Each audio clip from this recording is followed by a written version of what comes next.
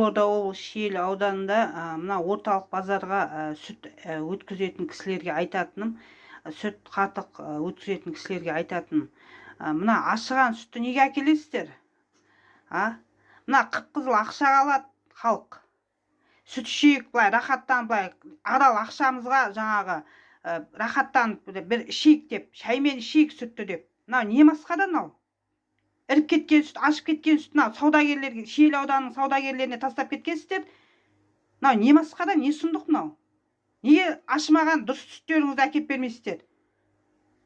Мынау жаңағы базардағы саудагерлерге айтатыным, мынандай сүтті қайтадан өздеріне беріп жіберуді сұраймын. Өйткені себебі бізде қып-қызыл ақшаға аламыз, еңбек маңдай табан ақымызбенен, табан ақымызды төлеп аламыз. Жетіскенімізден алмаймыз. Мынау не деген масқара, не деген сұмдық? Енді мына қалай ішеміз? Мына қараңыздар, міне іріп кеткен, міне іріп кеткен сүт, міне. Ол неше күн тұрды, Құдай біледі, ол неше күн ауылда тұрды, неше күн ауданда тұрды. Мысалы, осының өзін 550, почти 700-800 дейді. Біз алаяқтар үшін жұмыс істеп атқан жоқпыз ғой? Өтірікшілер үшін, мынандай махинация үшін, мынау не масқара мынау? Шорабаев, не қарап отырсың? Әбдіғани.